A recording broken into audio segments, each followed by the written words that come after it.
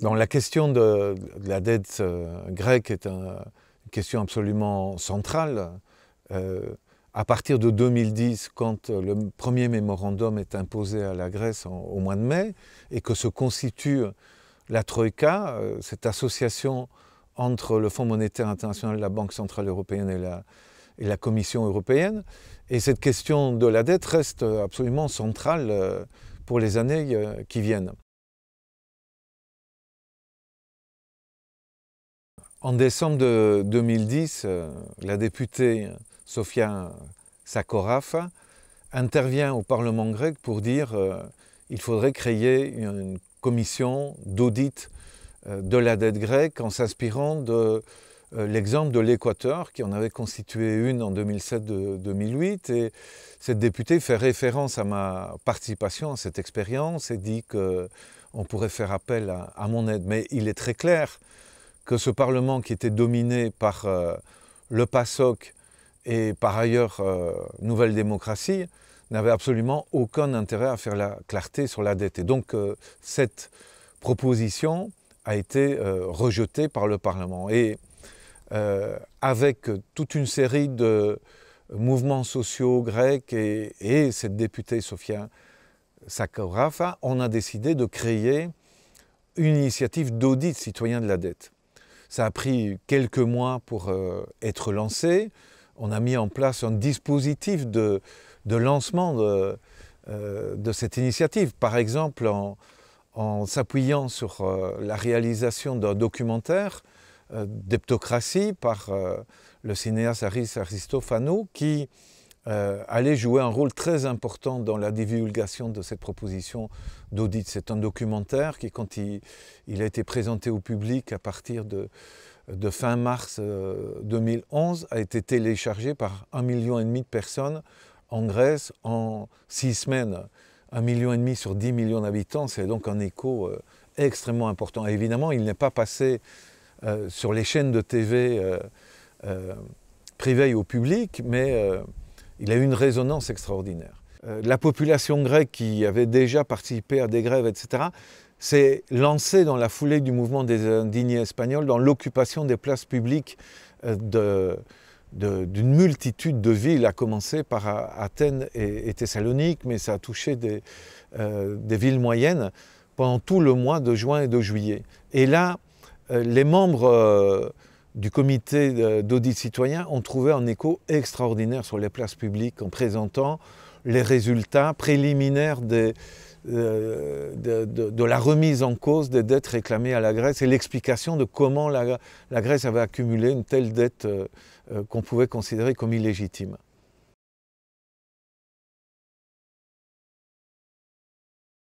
Du côté des forces politiques constituées à la gauche, il y avait très peu d'enthousiasme dans le soutien à cette initiative. Du côté de Syriza, la gauche de Syriza, des personnes comme la Fazanis, qui est par la suite devenue ministre du gouvernement Tsipras à partir de janvier 2015, ou une autre ministre du gouvernement Tsipras, Nadia Valavani, ce sont des personnes qui dès le début se sont engagées, donc en 2011, dans le soutien à cette commission. Mais du côté de la majorité de Syriza, il n'y avait pas véritablement d'enthousiasme. Par exemple, le ministre des Finances du gouvernement de Tsipras de 2015, quand nous l'avons contacté, donc avant qu'il soit ministre, en 2011, Yanis Varoufakis a expliqué qu'il ne pouvait pas soutenir cette initiative d'audit citoyen, en disant que si il s'agissait de proposer, suite à l'audit, de suspendre le paiement de la dette, cela impliquerait de ramener la Grèce à l'âge de la pierre, disait-il dans une lettre publique, qui permet de comprendre d'ailleurs des choses qui se sont déroulées en 2015 et le type de positionnement de quelqu'un comme Varoufakis.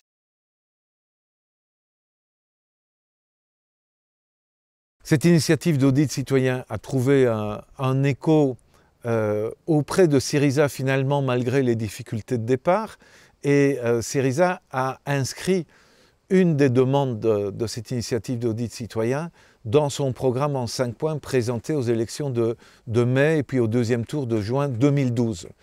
Et les 5 points, c'était 1. Abroger les mesures imposées par la Troïka en matière d'austérité, 2. Suspendre le paiement de la dette jusqu'au retour à la croissance de la Grèce, ce qui impliquait d'appliquer une toute autre politique, et lier la suspension du paiement de la dette à la réalisation d'un audit, 3. La socialisation des banques, 4. La levée de l'immunité parlementaire, et 5. Des mesures fiscales importantes pour faire payer ceux qui avaient profité de la crise et ceux qui étaient à l'abri de la fiscalité.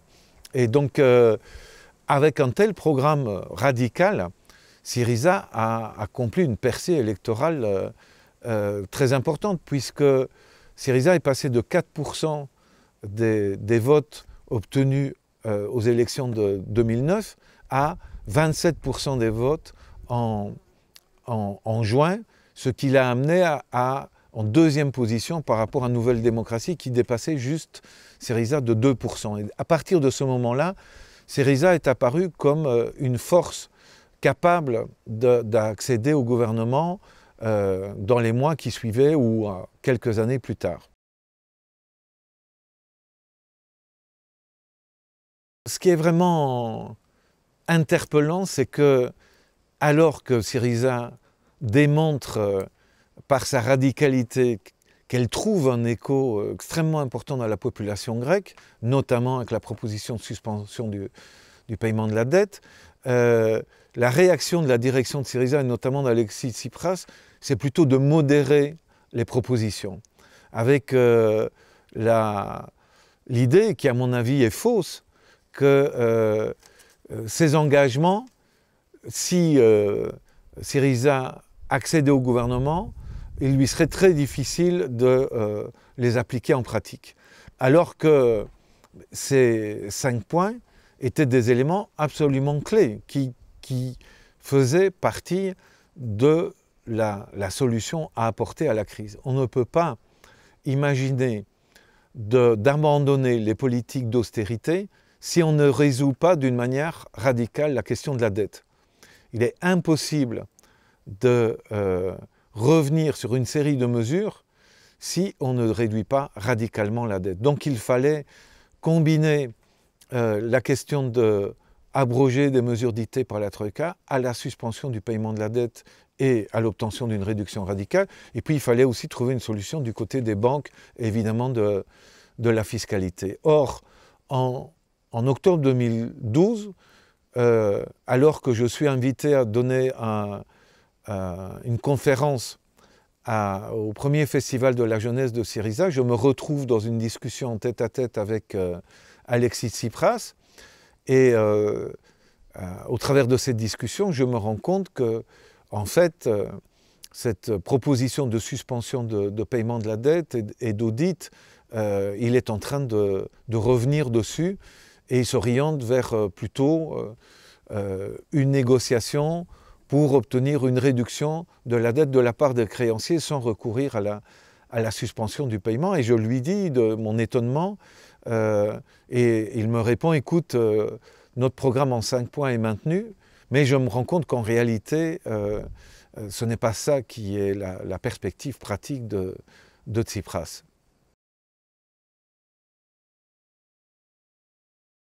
Un an plus tard, j'ai une nouvelle rencontre avec Tsipras. Je suis invité par lui à une discussion où en fait il me demande de collaborer à la préparation d'une grande conférence européenne sur la dette.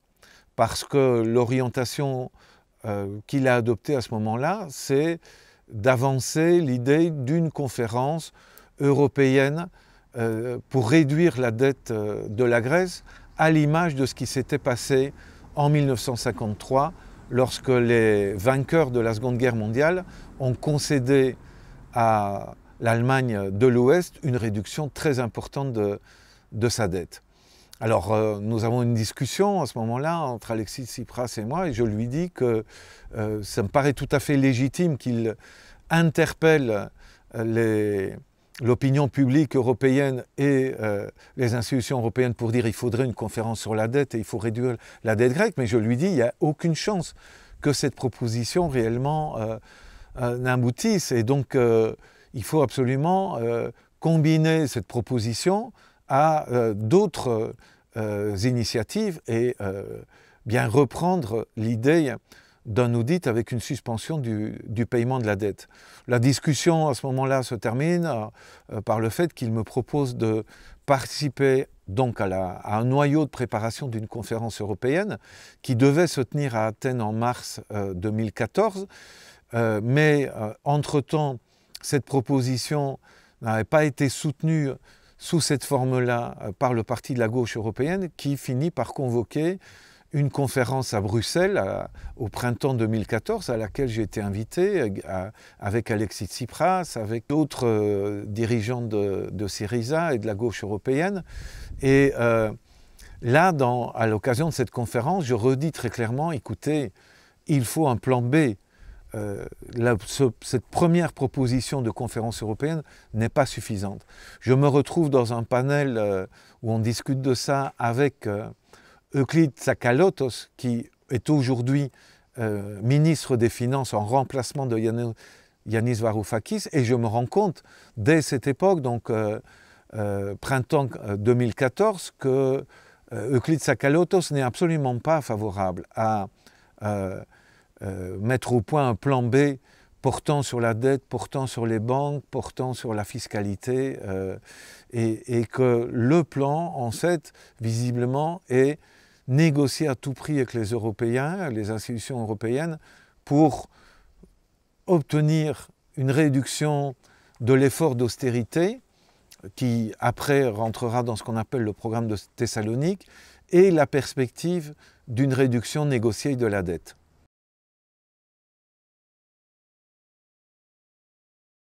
Syriza obtient une victoire électorale, devient le premier parti grec, et pour ceux qui luttaient sur la question de la dette, c'était une double victoire quelque part, parce que sur les 6 députés, 5 étaient favorables à une politique forte en matière de dette et à l'audit de la dette. Je pense à Manolis Glessos, à Georges Kadrougalos, qui est devenu plus tard ministre, à Sofia Sakorafa, qui était une des initiatrices avec moi de l'audit citoyen en 2011, mais aussi à Kouvenas et à un député provenant du PASOK, 5 députés qui étaient vraiment favorables à l'audit citoyen.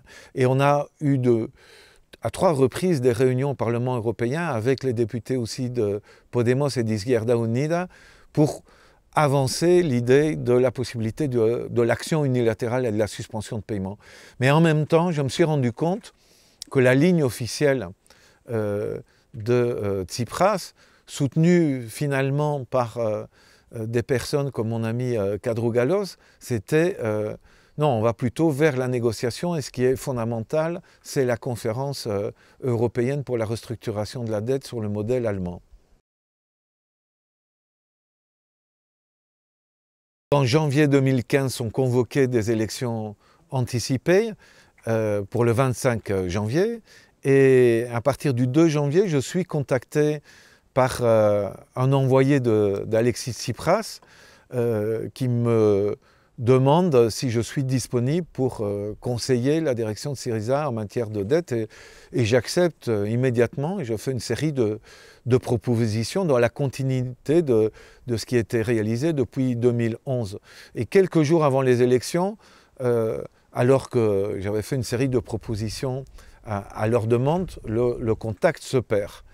Alors je me rends, après la constitution du gouvernement grec le 27 janvier, suite à la victoire électorale remportée par Syriza, je me rends à Athènes, et je rencontre une des personnes que je rencontre, c'est Georges Kadrougalos, devenu ministre de la réforme administrative, qui avait soutenu donc à fond l'audit, qui, lorsqu'il était député européen, soutenait aussi d'une certaine manière les propositions que je faisais. Et il me met en contact avec la nouvelle présidente du Parlement grec, Zoé Konstantopoulou, Et là, le courant est passé directement.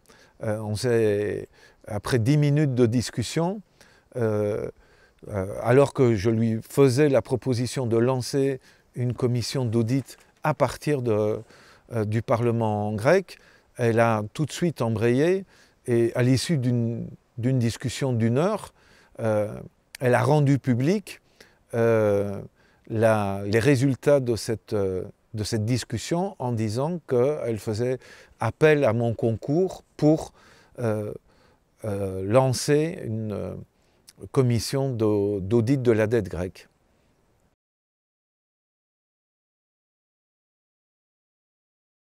Suite à 3 semaines de négociations, intervient le 20 février un premier préaccord entre les créanciers, la Commission européenne, la Banque centrale européenne et le gouvernement grec, qui pour moi marque une étape déjà très préoccupante, à savoir un accord par lequel le gouvernement grec s'engage à respecter le calendrier des paiements et les montants à payer à chaque créancier.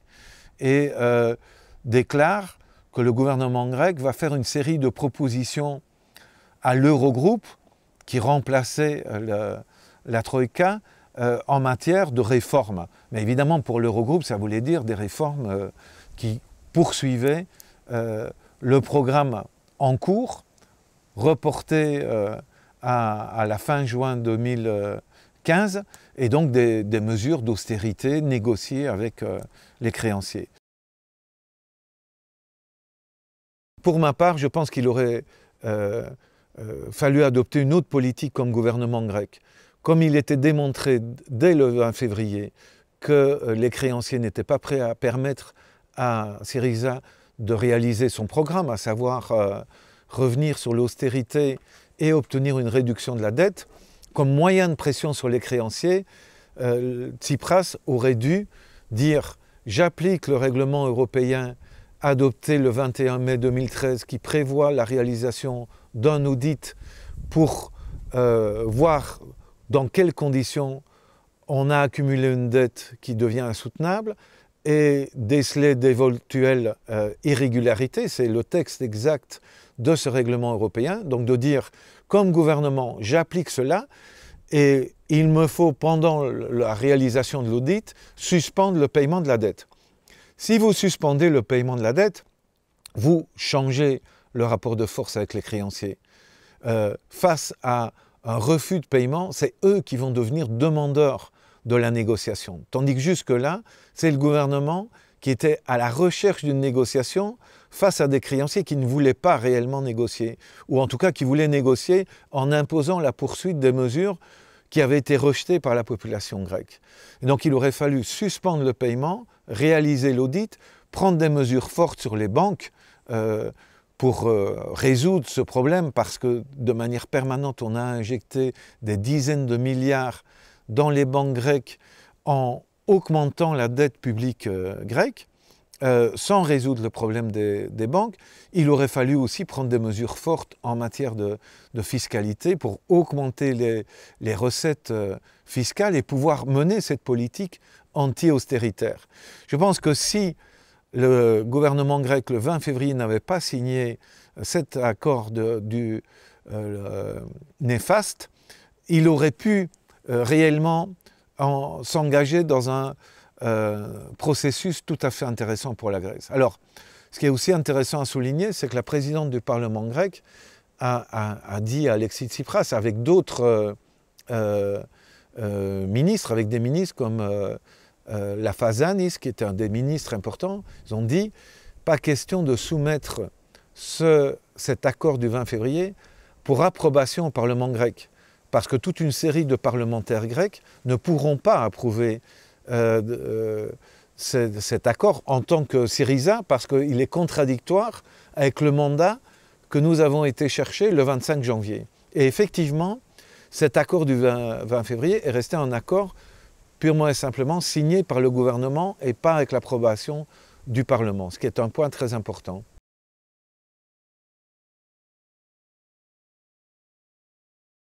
Le 4 avril 2015 commencent officiellement les travaux de cette commission pour la vérité sur la dette grecque, instituée par la présidente du Parlement grec et dont la coordination des travaux m'incombe.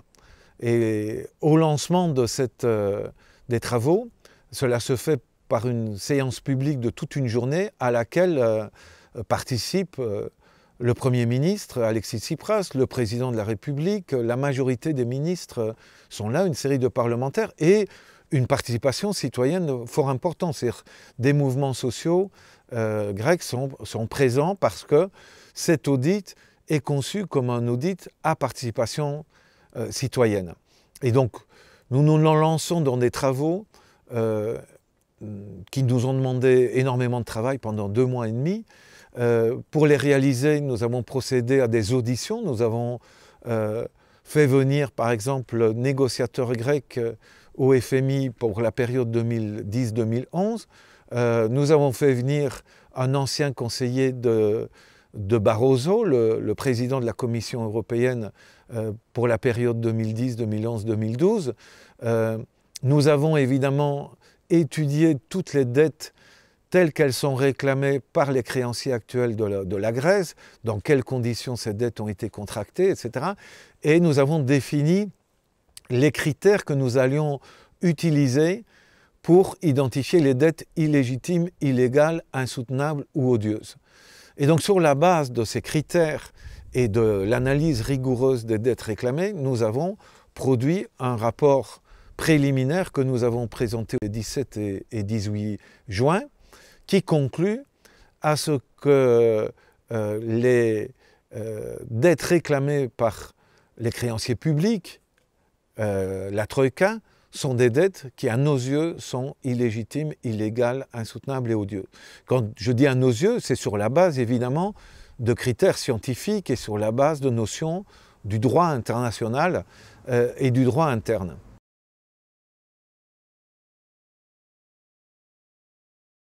Alors que Alexis Tsipras avait apporté son soutien aux travaux de la Commission, en réalité, au cours de la négociation avec les créanciers, il ne s'est pas appuyé de manière explicite sur les travaux de la Commission.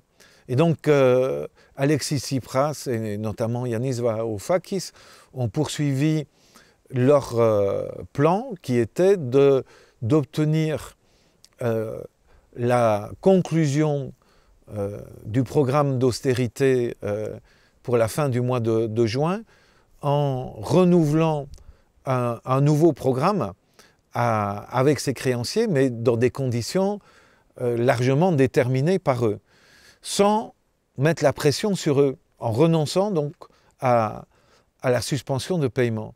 Et donc ça a mené à l'impasse que l'on connaît, à savoir que les créanciers ne faisaient aucune concession au gouvernement grec et présentaient à l'opinion publique internationale le gouvernement grec comme incapable de présenter des propositions sérieuses. Et ça a montré un hiatus profond entre cette initiative extrêmement importante d'audit et une situation dans laquelle, poursuivant la négociation, le gouvernement grec utilisait tous les fonds disponibles pour payer les créanciers. 7 milliards ont été utilisés par le gouvernement grec pour rembourser le Fonds monétaire international, la Banque centrale européenne, les créanciers privés, alors que les dépenses pour résoudre les problèmes de la crise humanitaire, donc les problèmes de santé, les problèmes posés aux retraités, aux 300 000 familles qui n'avaient plus de raccordement électrique, les dépenses pour répondre à la crise humanitaire se sont élevées à 200 millions d'euros. 200 millions d'euros face à 7 milliards remboursés aux créanciers, on mesure l'importance du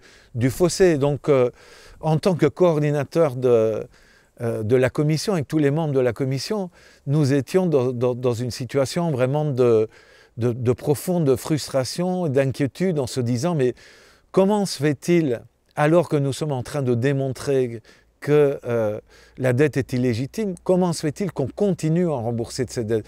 Est-ce que nous commençons à le dire publiquement, qu'il y a un problème là?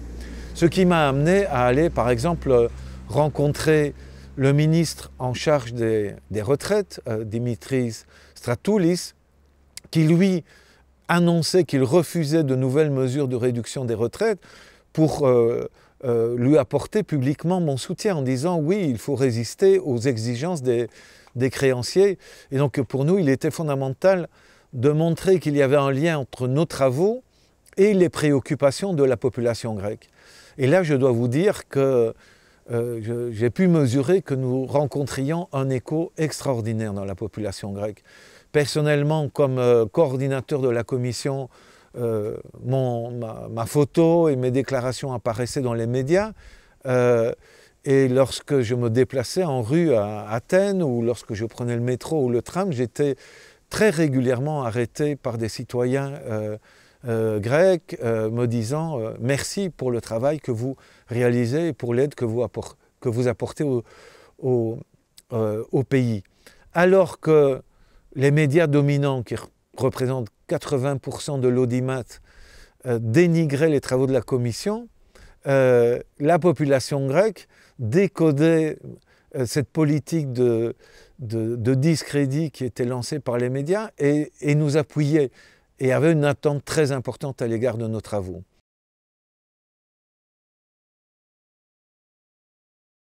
Quelques jours après la présentation publique de nos travaux, la Grèce, qui était en état de suspension de paiement de fait à l'égard du FMI, ce n'était pas encore une suspension officielle, mais elle était en retard de paiement, elle était à un moment critique de négociation. Et les créanciers ont décidé d'augmenter leurs exigences à l'égard d'Alexis Tsipras. Ce qui a amené Alexis Tsipras à convoquer un référendum pour le 5 juillet 2015. Et alors qu'il y avait une pression maximale des créanciers, avec une intervention par exemple de Juncker disant au peuple grec qu'il fallait absolument voter pour les propositions que eux avançaient et donc ne pas voter non au référendum, 62% de la population grecque a dit non aux propositions des créanciers. Ça ouvrait de nouveau une situation par laquelle le gouvernement de Tsipras aurait pu, sur la base de son mandat du 25 janvier et de ce nouveau mandat renforcé, 62% de non aux exigences des créanciers, passer à une nouvelle orientation qui aurait été celle consistant à dire nous avons fait toutes les concessions possibles et imaginables. Nous avons remboursé 7 milliards. Et vous, en échange, les créanciers, vous ne faites aucune concession. Nous sommes amenés à prendre des mesures d'autodéfense. Nous suspendons le paiement, nous résolvons le problème des banques en les mettant en faillite, mais tout en protégeant les dépôts des déposants. Nous prenons des mesures fiscales très fortes pour faire payer les riches et ceux qui sont responsables de la crise. Et nous nous engageons donc dans un plan B parce que le plan A n'a pas fonctionné. Et au lieu de faire ça, Alexis Tsipras, qui avait pourtant un mandat très clair le 5 juillet, va rencontrer les dirigeants des 3 partis qui avaient appelé au oui et qui avaient subi une défaite terrible, donc le parti Potami, le parti PASOK et le parti Nouvelle Démocratie, et leur propose un accord.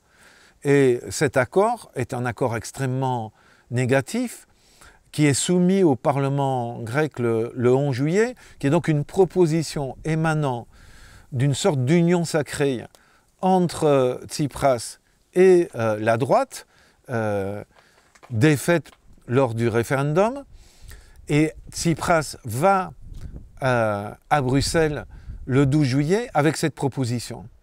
Les créanciers qui veulent définitivement obtenir la capitulation de Tsipras disent « ce que vous nous proposez n'est pas suffisant, nous durcissons nos positions » et après 17 heures de négociation, le 13 juillet, Tsipras signe un accord absolument funeste. Parce que non seulement il y a des mesures qui vont affecter les retraités une fois de plus, et qui vont affecter toute la population parce qu'il y a une augmentation du taux de TVA sur une série de produits de consommation courante pour la population. Mais il y a en plus ce fameux fonds de privatisation qui doivent prendre une accélération forte et atteindre 50 milliards. C'est-à-dire une vente aux enchères de tout ce qui n'avait pas encore été privatisé. Et donc cet accord est extrêmement négatif. Il est donc signé par Tsipras le 13 juillet et soumis au Parlement grec dans la nuit du 15 au 16 juillet. Pour moi, là, on peut parler clairement de capitulation.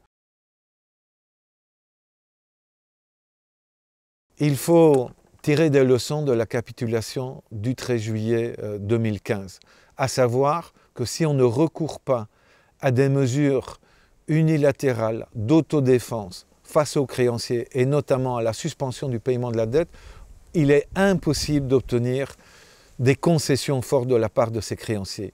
Il faut que les forces politiques et sociales européennes comprennent qu'une négociation dans le cadre européen actuel, respectant les règles dictées par la Commission européenne, la Banque centrale européenne ou le FMI, ça ne peut pas marcher.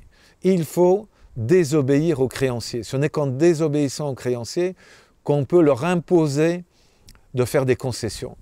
Mais bien sûr, il n'y a pas que la question de la dette. Il faut répéter qu'aujourd'hui, des mesures clés d'alternatives, c'est, à côté de la suspension de la dette, l'abandon évidemment des politiques d'austérité et l'adoption de lois restaurant les droits des personnes qui ont été affectées par ces politiques d'austérité. Il faut aussi une solution du côté des banques. Pour moi, il faut une socialisation du secteur bancaire. Il faut que ces banques privées passent dans le secteur public et répondent à des critères de service public pour servir les intérêts de la population.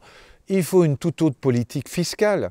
Il faut que le pourcent le plus riche et les grandes entreprises paient réellement des impôts d'une manière importante et qu'on baisse la charge des impôts sur la majorité de la population. Donc on baisse les taux de TVA, qu'on exonère de certains impôts jusqu'à un certain niveau de revenus ceux d'en bas, c'est absolument clair. Et c'est la combinaison donc d'une politique qui porte sur la dette, sur les banques, sur la fiscalité et créant des emplois et mettant fin à l'austérité qui permet de mettre en place une alternative. Cette alternative est tout à fait possible. La population est prête à soutenir, ou sinon on ne comprendrait pas pourquoi 62% des Grecs, alors qu'ils étaient menacés du chaos s'ils votaient contre, pourquoi, malgré ce matraquage et ce chantage et la fermeture des banques grecques, pourquoi ils ont voté contre la proposition des créanciers. Donc, la conclusion, ça doit être qu'un mouvement qui veut assumer des responsabilités gouvernementales doit être prêt à être à la hauteur du soutien populaire. Si on propose à la population de rejeter des propositions des créanciers, si on propose de réaliser un autre programme, il faut être prêt à prendre les mesures qui permettent la réalisation de ce programme. Donc ce dont on a besoin, c'est des forces sociales et politiques qui sont prêtes dans le concret à affronter les créanciers et à désobéir aux créanciers. C'est la leçon fondamentale à tirer. La leçon, c'est que la modération ne permet pas de trouver une solution. Il faut, avec bien sûr l'appui de la population, prendre des mesures très fortes qui sont possibles. À côté de mesures fortes comme la suspension du paiement de la dette et la socialisation des banques, il y a des mesures très concrètes comme la création d'une monnaie complémentaire qui peuvent avoir un effet extrêmement intéressant. Pour un pays qui est en manque d'euros, par exemple, comme la Grèce, parce qu'elle est asphyxiée par la Banque centrale européenne, il est parfaitement possible de créer une monnaie complémentaire par la voie électronique, par exemple, comme l'a fait l'Équateur depuis 2 ans, c'est-à-dire en tant que banque centrale du pays, ouvrir un crédit via le téléphone portable, par exemple d'un montant de 100 €, permettant aux personnes qui reçoivent ce crédit, c'est-à-dire les retraités qui recevraient une partie de leur retraite, les salariés de la fonction publique, ceux qui reçoivent une aide publique de différents types, recevraient un crédit de 100 € qu'ils peuvent dépenser pour payer la facture d'électricité, la facture d'eau, les transports publics, mais aussi utiliser ce crédit pour faire des paiements dans les supermarchés, parce qu'il faut comprendre que même si les supermarchés privés ne seraient pas enthousiastes à la création d'une monnaie complémentaire, ils vont finir par l'accepter, parce que s'ils n'acceptent pas l'utilisation de cette monnaie complémentaire, les clients potentiels vont aller chez les commerçants qui l'accepteront. Ça permet donc aux autorités du pays d'octroyer, y compris des augmentations de salaire, des augmentations de retraite, sans dépendre directement de la monnaie officielle.